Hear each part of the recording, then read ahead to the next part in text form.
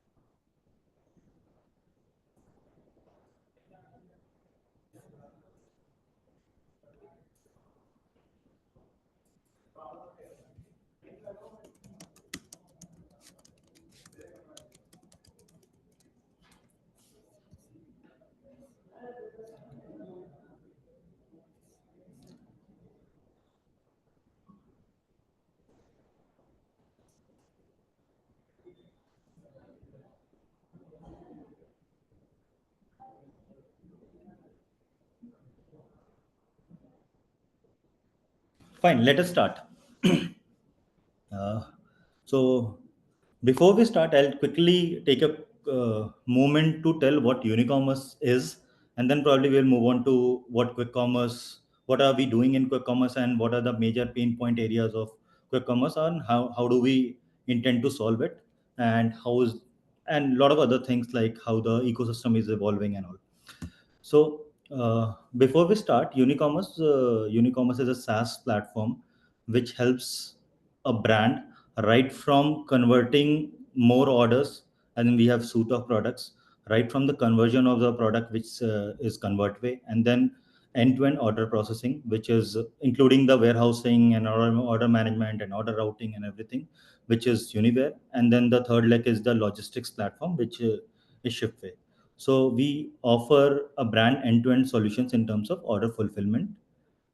Uh, so coming to quick commerce per se, quick commerce has evolved. I mean, why are we talking about quick commerce? Obviously, quick commerce has seen a great ramp up in last 3 to 4 years, and India has been possibly the only country in the world which has actually aced quick commerce. So how is it different from otherwise commerce industry?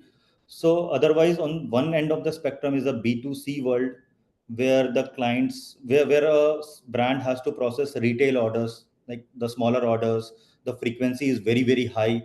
I mean, brands would get thousands and lakhs of orders maybe in a single day. but the size of order is very, very less. On the other hand, there's a classic general trade and modern trade B2B orders where the frequency is pretty low, but the size of the order is very large.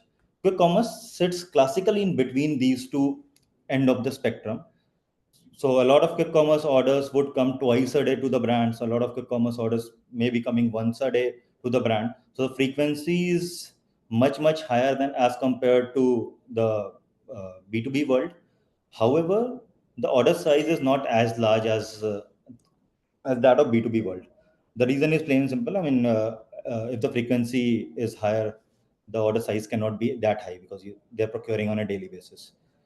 Uh, once so this is the reason what makes quick commerce different from the traditional e-commerce or the bulk commerce, and what are the, if we're coming to the pain points of the seller or the main business objectives of the sellers who are operating on quick commerce. I mean, they are getting orders from Blinkits or Zeptos or Instamart or Big Basket or maybe Flipkart Minute.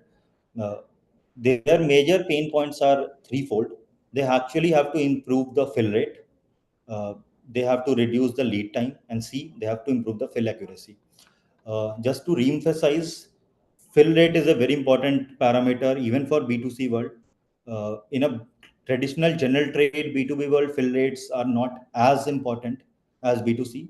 But again, sitting in between, fill rate is actually a very important parameter for quick commerce, because unless the fill rate and demand forecasting is married to each other, the end consumer won't be getting anything in 10 minutes.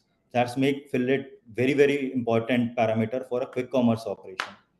Lead time, again, as I mentioned, that there are a lot of next day delivery orders in quick commerce.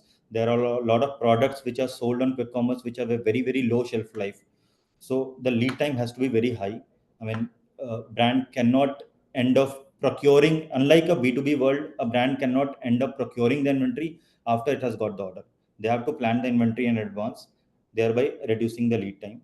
So that's what makes it important. And obviously, fill accuracy is equally important as compared to B2C world or B2B world. Coming to the next point, while achieving these three broad business objectives, there are a lot of pain points which a seller would face in their life cycle. So imagine a seller who is doing a NDD order per se, next day delivery order per se. What are the pain points in their life? Uh, I mean, just imagine the every process, the order which is coming incoming at 10 a.m. in the morning has to be processed the same day, has to be like load, has to be dispatched the same day, which gives traditionally 5 to 6 hours in a warehouse to fulfill it. What happened in a B2B, otherwise B2B world earlier, was that I usually used to get a lesser number of bulk orders if I am a D2C brand, and probably I could have managed my warehousing staff staff availability and other things like inventory availability, staff availability in such a manner that I can do the packing and picking in a non-peak hour. I can do the packing or picking of B2C orders in a peak hour, and I can do the picking in non-peak hours for B2B orders. But now the peak hours has also coincided. Like the processing has to be done during the day; it cannot be done at the night. The first thing, first problem, first hurdle which comes in this way is a manual PO entry. So all this quick commerce platform would have their own, traditionally have their own panels. They would create purchase orders on their own panels. A seller or brand would have to go on the panel, download a PO. Alternatively, they can get a PO on their email as well.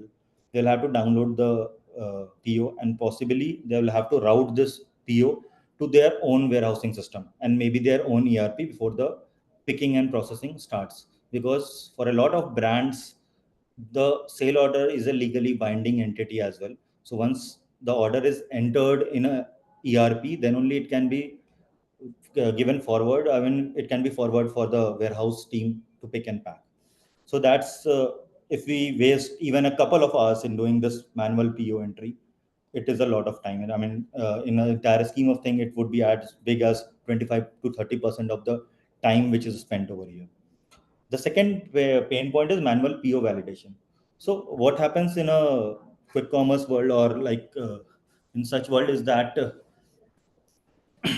the POs do contain certain discrepancies as against the terms of trade, and these discrepancies are not like deliberately done. But what happens? Imagine a scenario where the MRP has changed for a particular product.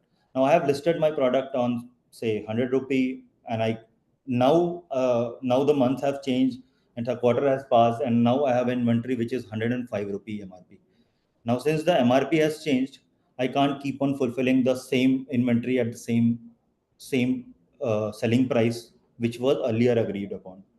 So, because in this world, the discounting is the when you list the product, the discounting has been agreed upon. So, lot of sellers they want to manually validate the PO, as in if the EAN code which is mentioned on the PO is correct, because I may have multiple EAN code. The old code might have like uh, might not be now present, and I might be dealing in new EN code for the same product. So the EN code correct? Is the pricing or discounting methodology which the quick commerce platforms had applied, are they correct?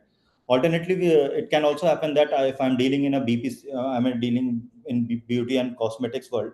Imagine that I have kept my inventory in a pack of 50. Now, if I get an order of 130 units, it will be difficult for me to pick and pack.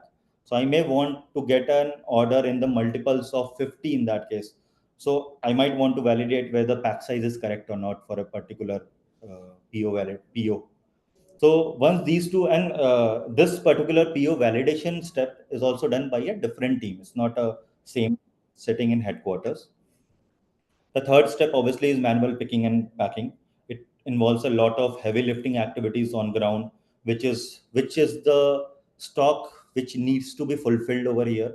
So I might be housing a stock which one of which is buffer stock kept in cartons.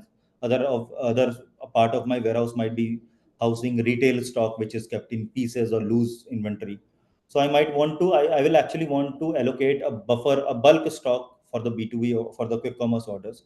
So as the picking and packing is more, I might want to have a box in, box out type of capability so that I can actually end up fulfilling the correct inventory in a faster manner. Also, there are a lot of requirements from quick commerce platform that there needs to be a certain tolerance of or certain remaining shelf life for every product. And if you don't dispatch the correct uh, the inventory which is adhering to the tolerance norms of quick commerce, what happens that it might be rejected at the GRN end and might be returned to your own warehouse. So what happens is that you will actually want to allocate the relevant inventory for this particular order, for a quick commerce order. That's why how you manage the dispatch expiry tolerance. Apart from picking and packing, there has to be parallel picking, because we are talking about a very short period of time where I might have to pick 10,000 or 15,000 or 20,000 units from the warehouse, and I can't rely on a single picker. Sorry, I have to rely on multiple pickers. The pickers have to work in parallelly. The packing has to done in staggered manner. I mean, I can't wait for all my inventory to be picked before starting the packing. The packing has to be done in parallel. There has to be a proper and easy method of generating e-invoice, because invoicing is not somewhere where Blinkit or other platforms would help you with invoicing. The sellers have to generate the invoice. You get a GST invoice, obviously, and then obviously they also have to allocate a PTL logistics, which is part truck logistics, because as I mentioned, the size of the order is not as large as a B2B order. Hence, the full truck load is not preferred mechanism than the part truck load. And in part truck load, you need to automatically allocate the couriers. Here and also Unicommerce helps. How do you pick and pack and like allocate the courier? And if your order size is beyond say 50,000 rupee value, you also have to generate a e-way bill. Now that e-way bill is also generated from government portal, that also Unicommerce seamlessly automates. So these are the main pain points. Obviously, there are other pain points as well, insufficient inventory reserve being one of them. So, as I mentioned, in a B2B world, you might end up procuring inventory just in time after the sale order has reached to you, but in a quick commerce world it can't happen. That's why allocating a particular amount of inventory or reserving it for quick commerce purposes is quite critical over here. Manual inventory management across warehouse and ERP system. So a lot of brands would want to process their orders via some sort of ERP or their own WMS system.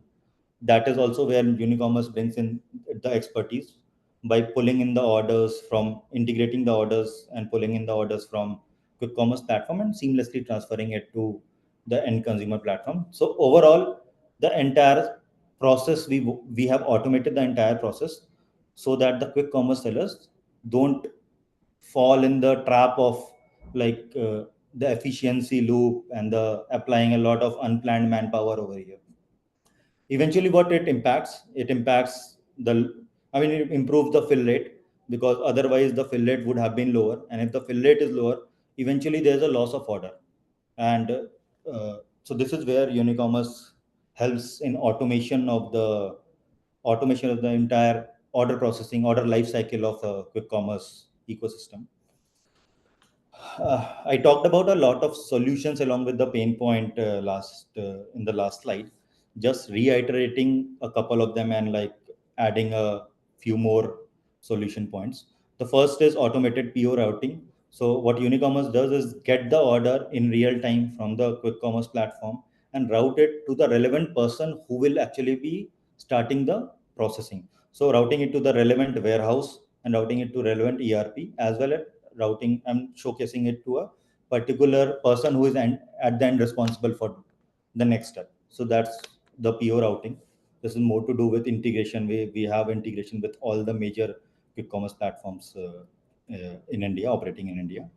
Second is automatic inventory reserve. So we do have option to reserve inventory for a particular marketplace. Say if a quick commerce platform is generating a demand forecast data for a brand, the brand would actually want to use it and reserve a certain amount of inventory for the quick commerce platform, uh, so as to improve the fill rate.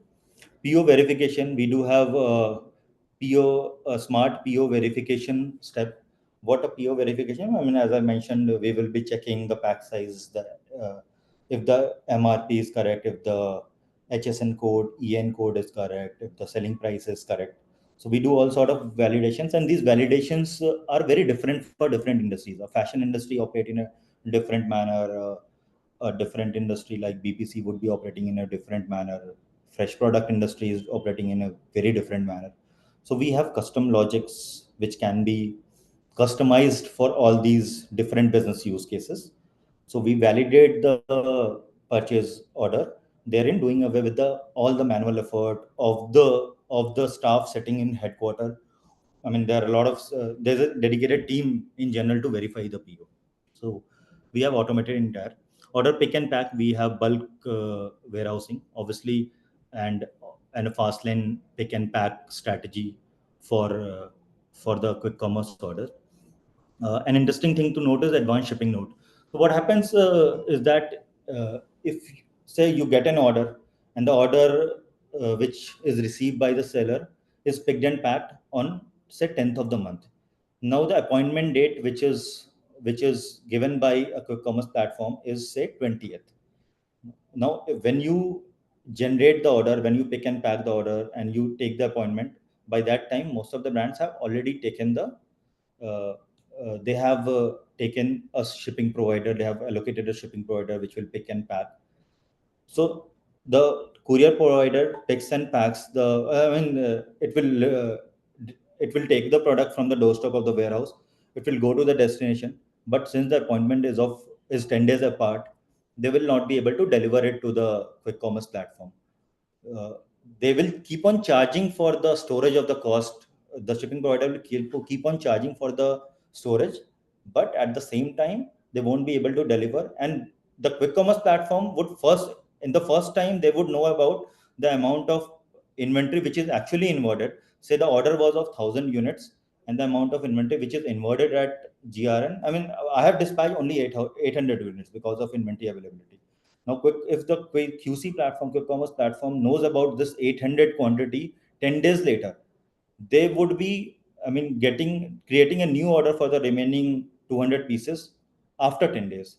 Now what if at the time of invoicing we go and inform the quick commerce platform that look, the the seller is dispatching only 800 units, why don't you generate the remaining 200, an order of remaining 200 units for the next day, or alternatively the next day order which you are already would have been creating, why don't you add these 200 units to the same order?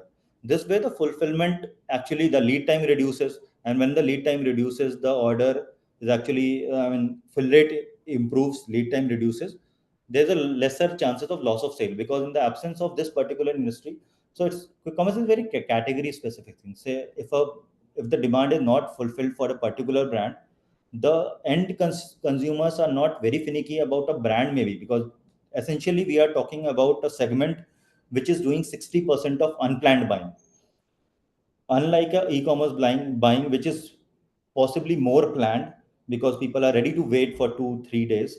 A quick commerce buying is very very unplanned buying, and many reports suggest that 60 to 70% of India's buying pattern is unplanned. So that is where ASN will help quick commerce platform get additional order from the same brand rather than opting for a newer brand in the same category. Part Truck Logistics, we do have integrations with the Part Truck Logistics providers, so that brands can seamlessly allocate a shipping provider, generate e-bill, and track the entire journey of the shipment or the truck during the way. We do have ERP and WMS integration, and interesting thing is that we have easy return capabilities. So what happens in this world is that you will keep on dispatching orders to the end consumers, end consumer, which is quick commerce platform in this way, in this case, and at the end of at the end of 15 days or 30 days, a return would come, and the return it is very difficult to identify which is the original sale order against which I need to generate a return invoice. So we do have a capability of seamlessly processing the order, and system automatically does the heavy lifting of generating relevant credit notes, return invoices against the originally dispatched sale orders. So that these are the broad solutions of Unicommerce. There are multiple brands using Unicommerce.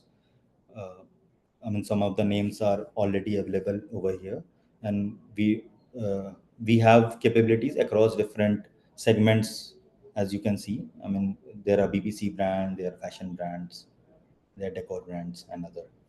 Uh, we have integrations available with all the major marketplaces in India. And with this, I'd like to invite our guest speaker, Suyash.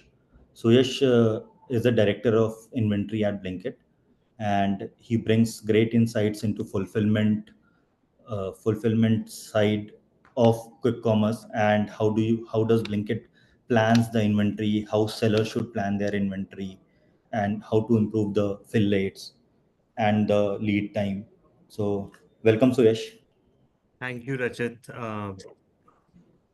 So, so Suyash, so I have got some questions from the brands which we have already got over here. I will probably reiterate some of the questions, and so that you can give insights to the brands. So the first question is like, we are working with a lot of D2C brands out in the world, and a lot of D2C segment is already evolving, still in the evolving phase. So there are a lot of players, D2C players, who are actually new to quick commerce. And would you want to give any advice to these new D2C brands who are just starting out with quick commerce? Got it. I think this is a very interesting and yet a very important question because most D2C brands start off by either working, like, of course, as the name suggests, start off working through their website. And then they also uh, typically end up working with the horizontal marketplaces, the traditional e-com players, right? Uh, the couple of larger players, right? And essentially, the moment they get into the moment they get into quick commerce, suddenly they realize that the world is extremely different, right? So I think some of the things which are extremely are something which D2C brands should be planning for when they are getting onto quick commerce.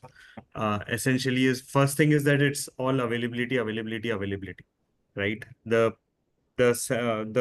percentage of people who do planned purchases is much lesser, and hence people tend to very quickly switch between channels as well as brands, right?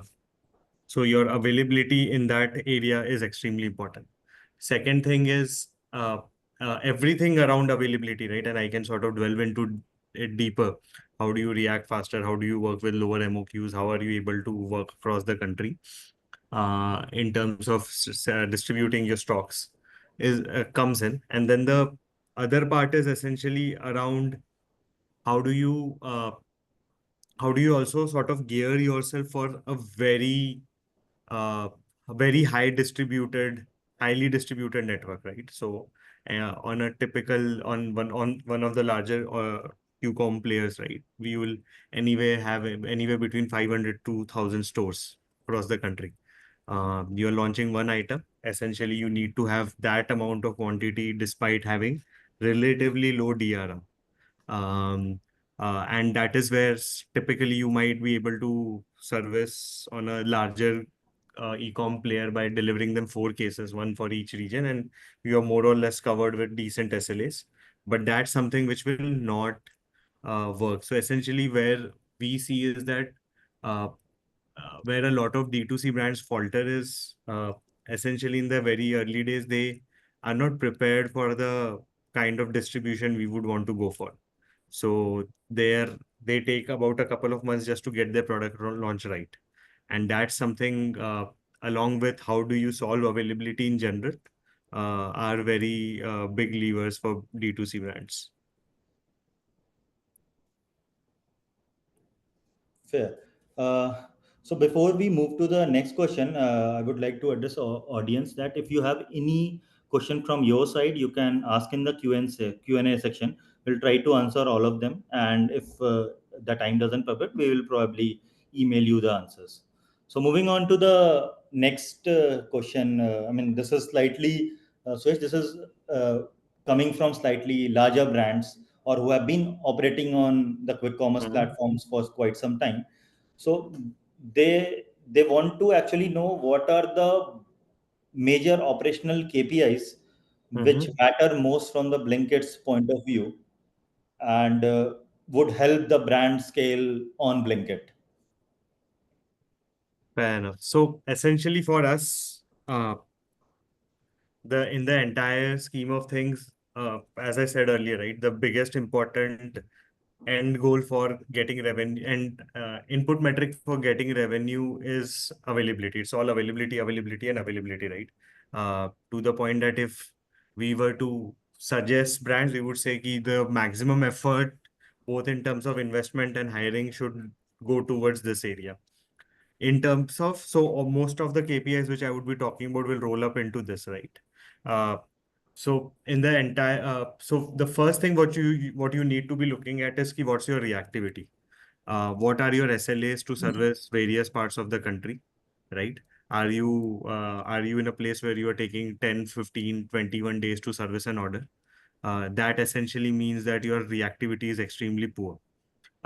This is a scenario where also it makes the poorer your reactivity, the more you have to forecast better, right? So, but in quick commerce, we all know forecasting is a nightmare in itself, right?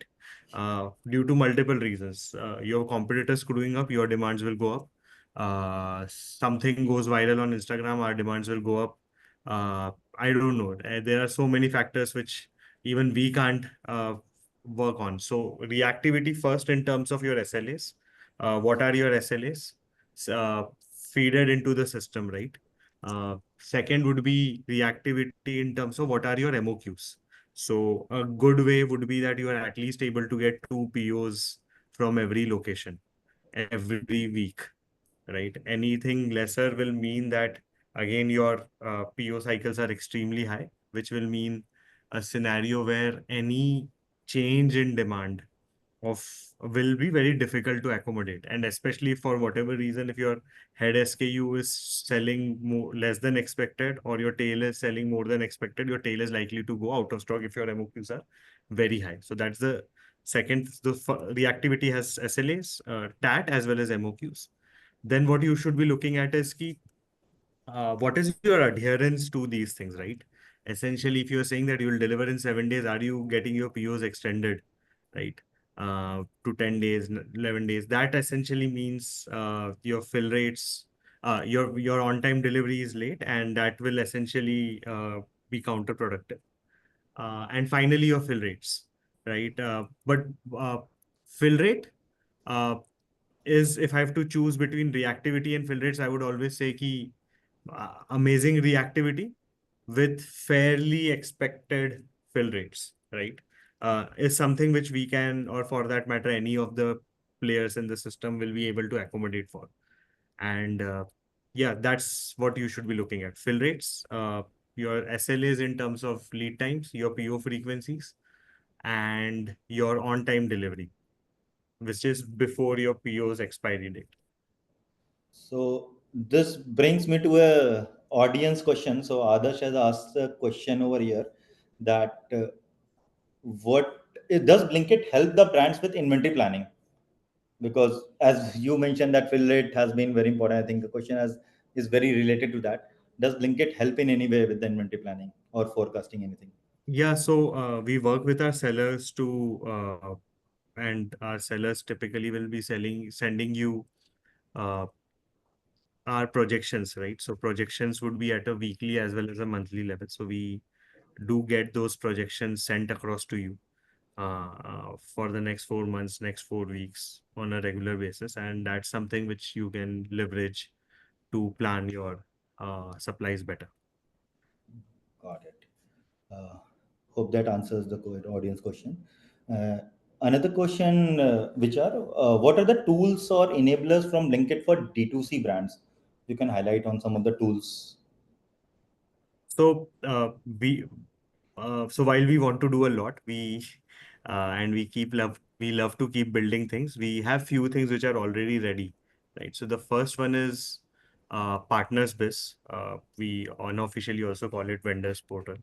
It's one place to get almost everything which we are trying to do on the vendor front on the on the system, right? So it starts with what are your open orders, what have your fill rates been like, your discrepancy notes, a place where you can upload your offers, such the support, etc., which you want to give to the brand, to the products.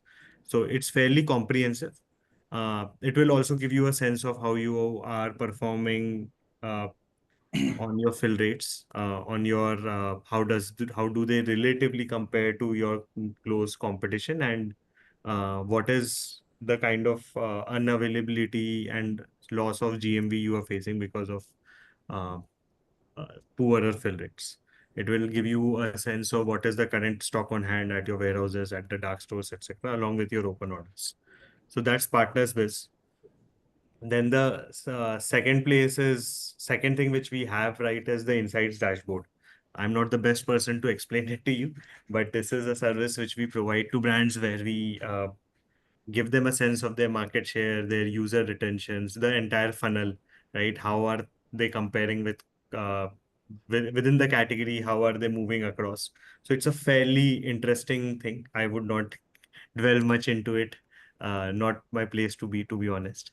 Then we also have something which is very interesting called Velocity app. So this is an app which is specifically designed for CXOs and founders. So while the other thing which I was saying, talking about Partners Biz and Insights Dashboard are more at an operational level. This is a place, Velocity is a place where you can open the app and just get a sense of what was your sales, what are the larger headline metrics, how do they look like, and that's something which is it's an app, it's very easy to use on the phone. You can use it on the go. Send the screenshots to whoever in the team or to us if something is breaking, and that's how we have the thought of it. And ultimately, finally, what we have is EDI integration. Rachit already uh, dwelled a lot into it. all kind of starting from your syncing validation checks of your POs to in the end sort of also the ASN integration, and in time we would also want to do payments, reconciliation, etc. through one place. That's your one stop place for everything. uh, so yeah, that's about it. So I'll quickly move to one last question, which is sort of insightful question. What makes quick commerce different, or like what are the nuances of quick commerce? How is it different from e-commerce? I had given my take and happy to share. I mean, happy to get your insights as well. Right. This is a very interesting question. So I think and it takes a lot of time to internalize where we are. But from a simple perspective, it's immediate. It's now.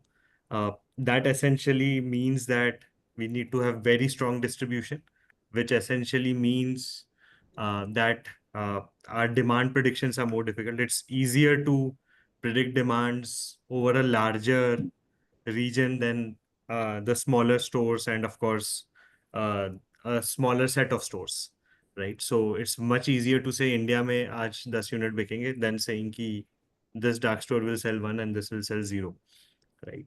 And as you keep distributing, this problem becomes bigger. uh, and then finally, it's a very evolving channel. So even now we keep learning that there's a lot of customers' behavior change, and especially towards individual categories and products within categories. So there's massive shift in terms of what people, the same users were looking for last year versus what they are looking now, versus what they were looking 2, 3 months back. And that again adds to the complexity uh, in all of this. And that is where, if you would sort of have noticed, it's all converging towards the fact that it's a massive forecasting nightmare. And that's where we sort of internally have this very simple mantra, which is react faster is so much better than forecast better. So we always keep saying ki if we have enough reactivity in the system, we don't need to be the best in terms of how we forecast. So like if we are having 2 to 3 reps to every dark store, and our turnaround times are lower for these reps, we can always be slightly off in terms of forecasting. We can in fact have higher buffers also at every stage. Uh, and that applies to our vendors also. So that's about it. I mean, you rightly mentioned react faster than forecast better. India is a country of like varied socio-economic background and very difficult to forecast things in Yep. place. So I'll switch. We have some Q&A questions coming from the audience. Mm-hmm. Uh, I'll just we won't be having time probably to audience. We won't be having time to take on all the questions. We'll get back on emails. But I'll quickly. So one of the question is, how does timely sharing of ASN benefit both sellers and Blinkit in warehousing operations? I mean, yeah, I think This would this you take that question? I can take this. This is fairly detailed, to be honest. But in terms of ASN, I think we see three benefits, or rather two major benefits, which are mutual. The first one, Rachit, you already dwelled a lot into, in terms of saying that, let's say, and this will be very much applicable for a lot of D2C brands which you guys work with. You will, because you would be having systems where you would be using courier partners or third parties to deliver to our warehouses. It might take anywhere between 4 to 10 days for the stocks to actually arrive at a warehouse. uh, Often this happens that that's also the time when we get to know as a surprise ki these products came in full quantity, these came partially, and these didn't come at all, right? Getting this insight earlier on, the moment you dispatch, is a very big lever, because for us to place the very next order on the next day, if we are able to meet your MOQs, right? And that essentially means that we cut down on the entire turnaround time which we would have waited for. So that's the biggest thing. It all solves our availability and solves your availability. Also, essentially, so that's one thing. Second part is uh, the ASN essentially in in very simple terms is an invoice, right? If you are able to get a sense of what is the quantity you are billing, what price you are billing it at, and so forth, it makes making errors at GRN so much more difficult, right? So the way we intend to use this info is in terms put guardrails which are not only within what our PO was, but also use the information in ASN to better define uh, guardrails for GRN process, which will in turn reduce discrepancies, uh, reduce payment related issues, reconciliation efforts at both ends. And so that's the part. Yeah. Yeah. Moving to another Q&A question. Single order picking with multiple zone sections. This has come from some anonymous attendee, but I receive an order of around 30 items, 10 items in dry zone, 15 in vegetable zone, 2 items in meat zone, and others. How do I do parallel picking and quick consolidation? So I'll take that question. Uh, we do have, so once an order comes in the system, there is an option of generating multiple pick list. So obviously the same person won't be doing the picking of different items, and there has to be temporal lag also. For example, if there is a meat zone or vegetable zone which has to be kept in, say, and if there is a chilled section, it has to be kept in minus temperature. You'll have to do the picking of these items at the very fag end of the entire process. So obviously there has to be a multiple pick list. The user is free to create multiple pick lists based on sections or area or maybe SKUs, and then probably they can do quick consolidation by boxing in these items. And then once all the items are boxed, they can quickly scan all the boxes and then create invoices. So hope that answers the question. Uh, I think we are almost at the end of the time, and there are few more questions related to, like, some category specific questions. How do we delve into fashion category? I think we'll be sharing those questions. And switch one more, we run a poll, uh, Mhm. as in how many of the sellers are, how many of the attendees are actually selling on quick commerce and how many of them are not. And there are related questions as well. So the question is, we run a poll that how many are you selling on an e-commerce platform, and 56% of the attendees are actually not selling on quick commerce Okay. platform. And some of them might want to know what is the actual process of listing. So if there is some standard link or something, we can share that uh, to the sellers. Definitely. So because this is a repeat question for many people, we will be sharing the process over Yeah. the emails. I'll send it across to you, Rachit.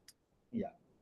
So thank you, Suyash, very much. Thank you for your time and giving great insights to us and a lot of attendees over here. We'll note down all the other questions to the attendees. Thank you very much for your time, all the participants. And Thanks a it lot, was a great everyone. evening. Thank you.